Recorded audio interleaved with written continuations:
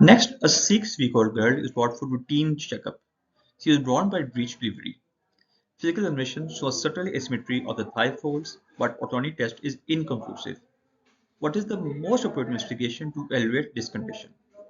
तो एक तो बच्ची है 6 वीक्स की, ब्रीच से पैदा हुई है और एसिमेट्रिक थाई फोल्ड्स हैं, लेकिन ऑटोनॉमी टेस्ट इनकंक्लूसिव है। तो फीमेल है, ब्रीच है और एसिमेट्रिक थाई फोल्ड्स की, यानी कि हमारे रिसेप्टर्स हैं फॉर डीटीएच। अब जब बच्चा न्यूबॉर्न होता है तब हम ऑटोनॉमी और बार्लोस करते हैं ताकि हम देखें डीटीएच है या नहीं है, लेकिन बच्ची अब 6 वीक्स की हो चुकी है। इस एज में प्रेफर्ड टेस्ट है that is ultrasound of the हिप्स। जो बाकी ऑप्शन है, सीटी ऑफ द पेल्विस, अगर हम करते हैं बच्चे को काफ़ी ज़्यादा रेडिएशन से एक्सपोजर होगा, इसकी ज़रूरत नहीं, this is not the best test. MRI of the hip, again first line ये नहीं है, इस एज में फर्स्ट लाइन अल्ट्रासाउंड है, दिस इज नॉट नीडेड। अगर हम एक्सरे करते हैं पेल्विस का, इस एज में रिकमेंडेड नहीं है, अभी ऑसिफिकेशन सेंटर्स नहीं बने, तो again this is not needed. और लास्ट ऑप्शन है होल बॉडी स्केलेटल सर्वे। पूरी बॉडी का एक्सरे करने की जरूरत कोई नहीं है, सिर्फ हमें अगर चाहिए भी होता है सिर्फ हिप्स का चाहिए होता है, so this is not needed. So ultrasound accurately visualizes cartilaginous hip structures in infants younger than 4 to 6 months. अगर हम CT करते हैं, it exposes the child to unnecessary radiation.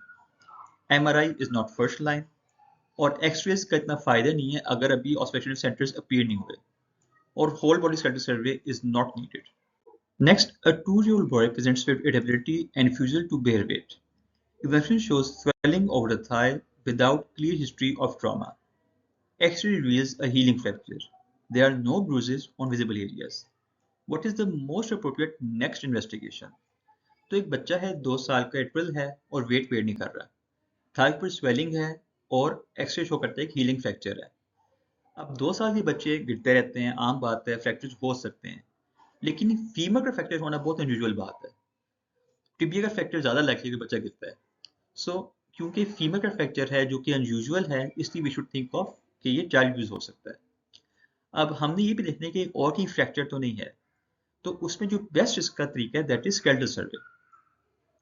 अब जो बाकी ऑप्शंस है, हम बोन स्कैन भी कर सकते हैं, लेकिन बोन स्कैन जो है that is less sensitive. Bone scan हम करते हैं जब हमने इन्फेक्शन देखनी हो, जैसे हम देखते हो कि उसको ऑस्टियोमाइलाइटिस तो नहीं है, सेप्टिक आर्थराइटिस तो नहीं है, so this is not recommended for fractures. Coalition profile का कोई यूज से नहीं है, ना कोई ब्रूज है, ना कोई ब्लीडिंग हिस्ट्री है, इससे कोई फायदा नहीं है। अगर हम एमआरआई करते हैं फ्रैक्चर्ड लिम्ब का, उसका फायदा इसलिए नहीं है कि बाकी जगहों पे फ्रैक्चर्स मिस हो जाएंगे, हमने पूरी बॉडी के हमने पूरी बॉडी की इमेजिंग चाहिए हमें, सो दिस इज नॉट नीडेड। और विटामिन डी लेवल से रिकेट्स हो सकती है, लेकिन फ्रैक्चर्स एक्सप्लेन नहीं होते, सो इसकी जरूरत नहीं है हमें। So skeletal survey is essential because suspected non-accidental injury requires systemic evaluation for occult fractures. Bone scan is less specific and not first line. Cognition studies do not explain fractures. MRI of a single limb misses additional injuries, and vitamin D deficiency does not account for unexplained fractures. Next, a 14-month-old girl is brought for developmental assessment. She sits without support, pulls to stand, uses a pencil grasp, and says "mama" non-specifically. She does not yet walk independently. Her overall ventral age is closest to which of the following? तो हमारे पास एक बच्ची है 14 माह की, और even at 14 months अभी जो है वो बैठ सकती है विदाउट सपोर्ट, पेंसिल ग्रास्प उसका है, पुल टू स्टैंड है, लेकिन खुद चल नहीं सकती, so there is some delay. और दूसरा, मामा जो है बोलती है लेकिन नॉन स्पेसिफिकली, उसको नहीं पता मामा कौन है बाबा कौन है, बस मामा मामा बोलती रहती है। तो जो बच्चे होते हैं अबाउट 1 ईयर के, वो मामा बोल सकते हैं इंडिपेंडेंट, उनको पता होता है मामा कौन है बाबा कौन है, और उनको जो है एक दो वर्ड्स आते हैं अदर देन मामा एंड बाबा। उसके अलावा जो है वो जो है अगर आप हाथ पकड़ो चल भी सकते हैं, तो ये अपने एज के हिसाब से डिलेड है। अब सवाल ये है कि डेवलपमेंटल एज है कितनी इसकी। तो जो बच्चे सिट करते हैं विदाउट सपोर्ट, अमूमन उनकी एज होती है अबाउट 9 मंथ्स होती है, pull to stand about 9 to 10 months होती है, पेंसिल ग्रास्प भी 9 to 10 मंथ्स पे आता है। तो जो इसकी एज बनती है इट इज अबाउट 10 मंथ्स।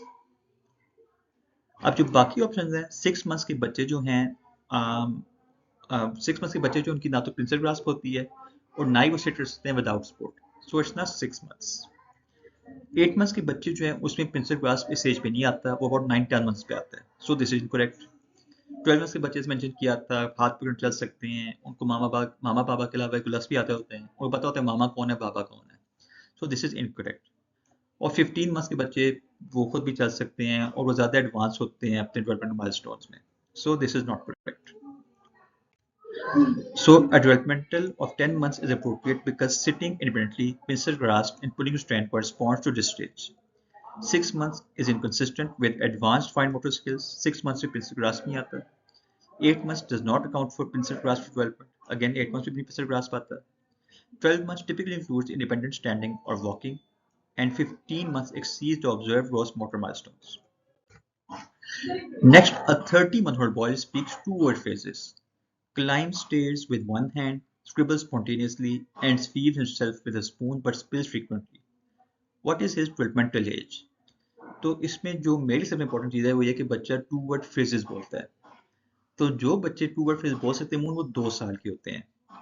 उसके अलावा 2 साल के बच्चे जो हैं स्टेज पे चल सकते हैं, अगर आप एक हाथ पकड़ लो, और लकीरें बहुत मारते हैं वो। अपने आप को कुछ फीड कर सकते हैं लेकिन बहुत स्पिल करते हैं। So the likely age of this child is 24 months. अब जो बच्चे 15 मंथ्स के होते हैं, से भी मेंशन किया है, वो थोड़ा बहुत खुद चल सकते हैं और अबाउट उनको 2 वर्ड्स आते होंगे, लेकिन अभी फ्रेजेस नहीं बोलेंगे वो, मामा बाबा बोलेंगे या उनको वर्ड्स आते होंगे। सो दिस इज नॉट करेक्ट। जो 18 मंथ्स के बच्चे होते हैं वो खुद चल सकते हैं लेकिन अभी उन्होंने फ्रेजेस डेवलप नहीं किए होते हैं। उनकी वोकैबुलरी बढ़ जाती है लेकिन अभी वो फ्रेजेस नहीं बोलते। सो this is not correct. 30 months के बच्चा आपको पता है, 2.5 ईयर्स बच्चे जो है ना वो काफ़ी उनको वोकैबुलरी अच्छी होती है, फिर 3 वर्ड्स की बातें कर रहे होते हैं वो। तो मतलब कह देंगे मुझे खाना दो, ऐसी कोई चीज़ बोलते हैं वो। सो दिस इज नॉट करेक्ट। और 36 मंथ्स अगेन वो ज़्यादा बोल सकते हैं, टू वर्ड फ्रेजेस ज़्यादा बोल सकते हैं वो, बल्कि अब जो है ना कुछ प्रॉपर सेंटेंस बना सकते हैं वो। सो this is not correct. So a developmental age of 24 months fits best because two word phrases, assisted stair climbing, and basic self-feeding are typical for this age. 15 and 18 months lack consistent phrase speech. 30 months usually show improved fine motor control and speech complexity. 36-month-old include more advanced language and motor skills. Next, a 4-year-old boy is brought for developmental assessment. He speaks in short sentences of 3 to 4 words. He can pedal a tricycle, copies a circle, climbs stairs without turning feet, and engages in pedal play with other children. He is toy trained during the day but still occasional night time and recess. His developmental age is closest to which of the following? तो अमूमन जो है ना आपको exam में काफ़ी चीज़ें बताते हैं, 5-6 आइटम बताते हैं, और आप में से एक या पता तो आप इसकी एज गेस कर सकते हो क्या होगी। अब मुझे ये पता है कि बच्चा जो है ना 3 साल की एज में सर्कल कॉपी कर सकता है। मुझे भी पता है कि ट्राईसाइकिल में 3 आते हैं, 3 पहिए होते हैं, और बच्चा 3 इयर्स का होगा। तो मुझे 2 से पता है कि बच्चा जो है ना कम से कम 3 साल का ही होगा। So according to these two मुझे पता है कि बेबी इज 3 मंथ्स ओल्ड। अब जो बच्चे 2 साल के होते हैं, जो पहली ऑप्शन है, वो सेंटेंस नहीं बोलते 3-4 वर्ड्स के बोलते हैं, लेकिन अभी सेंटेंस बोलते हैं अमूमन 2 वर्ड फ्रेजेस होते हैं, जैसे भी देखे हमने। सो this is not correct. 30 months से भी सेंटेंस नहीं बोलेगा वो, 3 to 4 वर्ड सेंटेंस वो नहीं बोलेगा। जो बच्चे 42 मंथ्स के होते हैं, 48 मंथ्स के होते हैं, वो ज़्यादा बातें कर सकते हैं। वो फुल सेंटेंस बताते हैं, वो फुल कहानियाँ बताते हैं कि आज हम स्कूल गए, स्कूल में ये हुआ, स्कूल वो हुआ। दूसरा ये है कि वो अपने आप को जो है ना नाइट टाइम भी वो ड्राई होते हैं। So the answer is 36 months. Sentence formation with 3 to 4 words, tricycle pedaling, copying a circle, alternate feet on stairs, parallel play, and daytime toilet training is consistent with a 3-year-old developmental milestone. A development age of 24 months would not include sentence speech or tricycle pedaling. At 30 months, it shows emerging phases and less refined gross motor coordination. 42 months child usually has cooperative play and more complex drawing such as a gross. At 48 months, a child has full sentence fluency, hopping on one foot, and more advanced social interaction. Next, a 9-year-old boy receiving competent growth hormone for short stature presents with headache and intermittent blurred vision. Photoscopy shows mild papilledema. Serum electrolytes are normal. What is the most likely adverse effect responsible for these findings? तो ये पूछ रहा है कि एक बच्चा जो growth hormone ले रहा है, उसको हेडेक है, ब्लड विजन है और पेपिडीमा है, इलेक्ट्रोलाइट्स नॉर्मल है। So what is the most likely adverse effect? तो अगर बच्चे को हेडेक है, ब्लड विजन है और पेपिडीमा है, इट मींस पेशेंट का रेज्ड आईसीपी है, व्हिच मींस के पेशेंट को सूडोमोटर सेरेब्राई है। अब जो बाकी ऑप्शन दी हुई हैं, ये भी हो सकते ग्रोथ हार्मोन के कॉम्प्लिकेशंस में। लेकिन अगर इसको गैनिकोमेस्टिया है उससे ये सारे सिम्टम्स एक्सप्लेन नहीं होते, हेडेक एक्सप्लेन नहीं होती, पेल्विडियम एक्सप्लेन नहीं होता, दिस इज इनकरेक्ट। हाइपरग्लाइसीमिया भी अगर है, इट कैन बी कॉम्प्लिकेशन होती है, लेकिन again it does not explain the findings. Slipped capital femoral epiphysis ये एक्सप्लेन नहीं करता अगेन कि ब्लड विजन क्यों है, हेडेक क्यों है, और नाइन थायराइड डिसफंक्शन एक्सप्लेन करता है। So growth hormone therapy can raise the intracranial pressure, causing headache and papilledema. Gynecomastia is uncommon and unrelated to intracranial findings. Hyperglycemia does not explain papilledema. Slipped capillary formation presents with hip pain and limp, and thyroid dysfunction does not cause raised ICP. Next, a 2-year-old girl is noted to have minimal breast tissue enlargement without pubic hair or growth acceleration. Height and weight follow normal centiles. No vaginal bleeding is reported. What is the most appropriate management? तो बच्ची है 2 साल की, उसका बहुत mild सा bilateral breast tissue बना हुआ है, लेकिन और कोई साइंस नहीं है उसके प्रोग्रेसिव प्यूबर्टी के, ना वाजिनल ब्लीडिंग है, ना उसकी जो है ना ग्रोथ एक्सेलरेशन है, हाइट और वेट ठीक है, ना कोई प्यूबिक हेयर है, तो सिर्फ उसके जो है ना कुछ माइल्ड सी ब्रेस्ट एनलार्जमेंट है। So this is just isolated thelarche, और जब आपके पास बाकी सब कुछ नॉर्मल है, this is just benign thelarche. इस केस में कुछ जरूरत नहीं है, आमतौर पे ये एस्पिरेट होता है और खुद रिजॉल्व हो जाता है। तो क्योंकि बाकी सब कुछ नॉर्मल है, the answer is going to be reassurance with follow up. अब बोन एज करने की जरूरत नहीं, जो पहली ऑप्शन है, बोन एज हम तब करते हैं अगर बच्चे की हाइट ज़्यादा हो रही है, हम देखते हैं उसकी हाइट ज़्यादा है, तब हम कर सकते हैं। इस केस में उसकी हाइट बिल्कुल नॉर्मल है, इसका फ़ायदा नहीं है। जीनियल स्टिमुलेशन टेस्ट का भी फ़ायदा नहीं है, ना ही अल्ट्रासाउंड का फ़ायदा है, क्योंकि ना उसको जनरल ब्लीडिंग है, ना कोई और साइंस है उसमें कि उसकी मजीद कोई प्रिकॉशंस प्यूबर्टी हो रही है, तो इसका फ़ायदा नहीं है। और उसी वजह से हमें एस्ट्राडियोल करने की जरूरत भी नहीं है, क्योंकि और कोई साइन सिम्टम्स है ही नहीं except for minimally enlarge breast tissue. So isolated premature clarity in a toddler is usually benign and self-limited. Born age is typically normal and not immediately required. ठीक, बच्चे की वैसे भी हाइट नॉर्मल है, कोई जरूरत नहीं करने की। GnRH testing is required for progressive puberty. Pelvic ultrasound is unnecessary without other pivotal signs. And estrogen levels will fluctuate and are not diagnostic in isolation. Next, a 12-year-old with type 1 diabetes has increasing insulin requirement despite reported adherence. Exemption shows lipohypertrophy at injection sites. What is the most appropriate intervention? तो 12 साल की बच्ची, इसको sugar है, और even though कहती है कि वो रेगुलर लगा रही, लेकिन इंसुलिन रिक्वायरमेंट बढ़ती जा रही है। फिर एग्जामिनेशन शो करता है कि there is lipohypertrophy at the injection sites. तो हम अक्सर कहते हैं पेशेंट्स को, बल्कि हमेशा कहते हैं कि जब भी इंजेक्शन आप लगाना है इंसुलिन का, आप हमेशा साइट रोटेट करनी है। उसकी वजह यह है कि इंसुलिन जो है वो एक एनाबॉलिक हार्मोन है।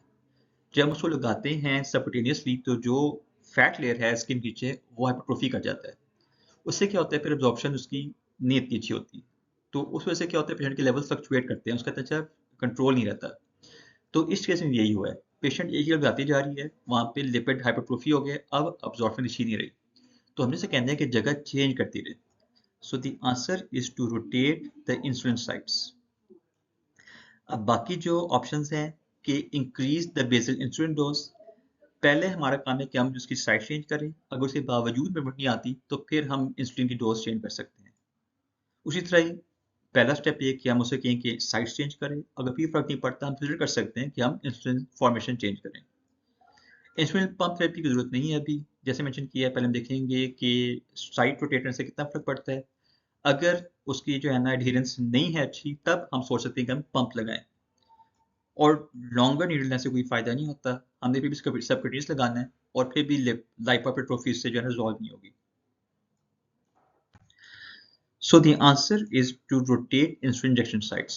Repeated injection at the same site cause lipohypertrophy, which impairs insulin absorption. Increasing basal insulin worsens variability. इसका फायदा नहीं है वैसे भी. Changing formation does not address the absorption issues. Pump therapy is not first line, and renal length does not correct lipohypertrophy. Next, a 12-year-old girl presents with fatigue and intermittent jaundice for 2 months. Evaluation shows mild hepatomegaly. ALT is 210, total STB is 2.1, and INR is 1.3. Viral hepatitis markers are negative. Serum IgG is mildly elevated. What is the most appropriate initial treatment? तो पहली बात तो ये है कि एक 12 साल की फीमेल है, उसके अलावा इसको फटीग है और जॉन्डिस है फॉर 2 months, और जॉन्डिस भी कंटिन्यूस नहीं है, इंटरमिटेंट है इसको। उसके अलावा माइल्ड पेटोमेगाली है, एएलटी थोड़ा सा रेज्ड है, एसटीवी भी रेज्ड है, आईएनआर ठीक है, और इम्पोर्टेंटली वायरल पैटर्स मार्कर्स नेगेटिव हैं, यानी कि हेप बी और हेप सी आउट हो गया। सीरम आईजीजी थोड़ा सा रेज्ड है। तो अगर पेशेंट को क्रॉनिक जॉन्डिस हो रहा है, उसकी जो कॉजेज होती हैं उसमें आपके पास क्रॉनिक हेप बी हो सकता है, क्रॉनिक हेप सी हो सकता है, दोनों निकल गए हैं, विल्सन हो सकता है, और ऑटोइम्यून हेपेटाइटिस हो सकता है। क्योंकि ये फीमेल है तो इट इज़ लाइकली कि इस बच्चे को ऑटोइम्यून हेपेटाइटिस है। अब उसमें जो इनिशियल ट्रीटमेंट देते हैं हम स्टेरॉइड्स देते होते हैं, फिर उसके बाद बाकी ड्रग्स दे सकते हैं। So the most likely correct answer is oral steroids. अब जो एजाथ्राइपिन है ये हम देते हैं as a steroid sparing drug. अभी तो हम इसको स्टेरॉइड स्टार्ट करेंगे तो हमारा फर्स्ट लाइन एजाथ्राइपिन नहीं है। साइक्लोस्पोरिन जो है ये भी हम फर्स्ट लाइन पे नहीं देते, ये हम देते हैं जब पेशेंट को रिफ्रैक्टरी प्रॉब्लम हो, रिफ्रैक्टरी हेपेटाइटिस हो, इसकी जरूरत नहीं है। लिवर ट्रांसप्लांटेशन हमारी इनिशियल ट्रीटमेंट ये नहीं होती, ठीक है, तो हम बहुत लेट करेंगे जब पेशेंट का लिवर फेलियर हो गया, अभी इसकी जरूरत नहीं है। और अर्सी डॉक्सिकोलिक एसिड जो है इचिंग में हेल्प कर सकता है, लेकिन उसकी कोई बेनिफिट नहीं होगा हेपेटाइटिस पे, सो this is not useful. So autoimmune hepatitis is an immune-mediated inflammatory condition in which immunosuppression induces remission and prevents progression to cirrhosis. Azathioprine is usually added later as a steroid-sparing agent. Cyclosporine is reserved for refractory disease. Liver transplantation is indicated only in liver failure or end-stage disease. And ursodeoxycholic acid does not control immune-mediated hepatocellular inflammation. Next, a 7-year-old boy with known sickle cell disease presents with sudden onset of pallor and lethargy. He is afebrile. HP is 4.8, retic count is 0.2, and white cell count is normal. What is the most likely underlying cause of this presentation? तो एक बच्चा है जिसको sickle cell disease है, अब उसको sudden onset है parallel का और लेथार्जी का। एचपी उसका बहुत कम है, 4.8 है, रेटिक्स बहुत ज़्यादा स्प्रेस्ड है, 0.2 है, लेकिन वाइट सेल काउंट नॉर्मल है। तो जब आपके पास एक बच्चा इसको हेमेटिक डिजीज है और उसमें अचानक आपके पास रेटिक्स कम हो जाते हैं, एचपी कम हो जाता है, it means he is in aplastic crisis which is caused by parvovirus B19। इसमें क्या होता है, पास बोन मैरो जो स्प्रेस हो जाता है, रेटिक्स जो है बनते नहीं है, पेशेंट का हेमोसिस चलता जाता है लेकिन एचपी रिप्लेस नहीं होता, तो उसका बहुत सीवियर अनीमिया हो जाता है। So the answer is parvovirus B19। अब बाकी ऑप्शन देख लेते हैं। अगर पेशेंट को अक्यूट स्प्लेनिक सिचुएशन हो, उसमें क्या होता है कि जितने भी आरबीसीज है ना वो सारे ट्रैप हो जाते हैं स्प्लीन के अंदर, तो उनकी बहुत रैपिड डिस्ट्रक्शन होती है, लेकिन क्योंकि बोन मैरो ठीक है आपको रेटिकुलोसाइट्स इंक्रीज मिलते हैं, सो दिस इज नॉट करेक्ट। अगर बोन मैनिफेस्टेशन होगी है उसमें आपको पैनसाइटोपेनिया से मिलेगा, यानी आपके पास एच भी कम होगा, रेटिक्स भी आपके पास प्लेटलेट्स भी कम होंगे और व्हाइट सेल काउंट भी कम होंगे। इसमें व्हाइट सेल काउंट नॉर्मल है। अगर फ्लूइड डिफिशिएंसी है वो ऐसे नहीं होगा कि उसको ना सडनली हो गया है, ये वो ग्रेजुअली होता है, उसमें मंथ्स लगते हैं क्योंकि बॉडी का स्टोर खत्म हो गया, फिर आपके पास फ्लूइड डिफिशिएंसी के साइंस आएंगे। So this is incorrect. और next last option is severe haemolytic crisis. Again अगर हेमोलिसिस हो रहा है बहुत ज्यादा तो रेटिकुलोसाइट्स इंक्रीज होते हैं, सो this is incorrect. So parvirus B19 transiently suppresses erythropoiesis, causing severe anemia with markedly lower retic count. Screening situation causes anemia with increased reticulocytes. Bone malnutrition causes pancytopenia. Folate deficiency develops gradually and does not cause abrupt reticulocytopenia. And hemolytic crisis is associated with elevated retic count. Next, a 4-month-old boy has persistent tearing and intermittent mucoid discharge from the right eye since birth. Examination shows clear cornea and normal conjunctiva. There is no fever. What is the most appropriate management at this stage? तो एक बच्चा है 4 months का जिसको आंखों से बार बार पानी आता है और साथ म्यूकोइड डिस्चार्ज आता है from one I since birth, लेकिन कॉर्निया भी क्लियर है, कंजक्टिवा भी नॉर्मल है और फीवर भी नहीं है, तो इन्फेक्शन जो है इसको नहीं हो रही। तो अगर पेशेंट को इन्फेक्शन नहीं है और सिंस बर्थ उसकी एक आंख से पानी आ रहा है, इट मीन्स कि जो नेजल एक्सपल्ट डक्ट है उसकी ब्लॉकेज हो सकती है। अब उसकी जो सबसे पहली ट्रीटमेंट होती है कि हम कहते हैं मसाज किया करें, कि अगर कोई ब्लॉकेज है तो मसाज करने से रिमूव हो जाएगी और जो है ना वो डक्ट ओपन हो जाएगा। So the first step is जो इनिशियल होती है treatment, that is reassurance with lacrimal sac massage. ये पहला स्टेप होता है। जो बाकी ऑप्शंस हैं, immediate probing of nasolacrimal duct, ये पहले हम नहीं करेंगे। पहले हम कोशिश करते हैं कि मसाज कराएं, अगर तब भी इंप्रूवमेंट नहीं आ रही, परसिस्ट कर रहा है, फिर हम कहते हैं कि हम प्रोब करके देख लेते हैं। एंटीबायोटिक्स हम देते हैं इन्फेक्शन हो, इसमें इन्फेक्शन की कोई अलामत नहीं है। सर्जिकल डेकायरोसिस्टोराइनोस्टोमी जो है ये हम करते हैं अगर पेशेंट किसी जगह इंप्रूव नहीं हो रहा, अगर जो है ना परसिस्टेंट ऑब्स्ट्रक्शन है और ये हमारा लास्ट रिजॉर्ट होगा। सो ये भी अभी अभी हमने नहीं करना। और स्टेरॉइड्स का इसमें कोई बेनिफिट नहीं है। So most cases of congenital nasal duct obstruction resolve spontaneously by 6 to 12 months. Probing हम करते हैं अगर persistent ऑप्शन होती है beyond infancy. एंटीबायोटिक की जरूरत नहीं है अगर इन्फेक्शन नहीं है तो। Dextrosistorostomy is indicated only in refractory older children. और स्टेरॉइड से कोई फायदा ही नहीं है, they have no role.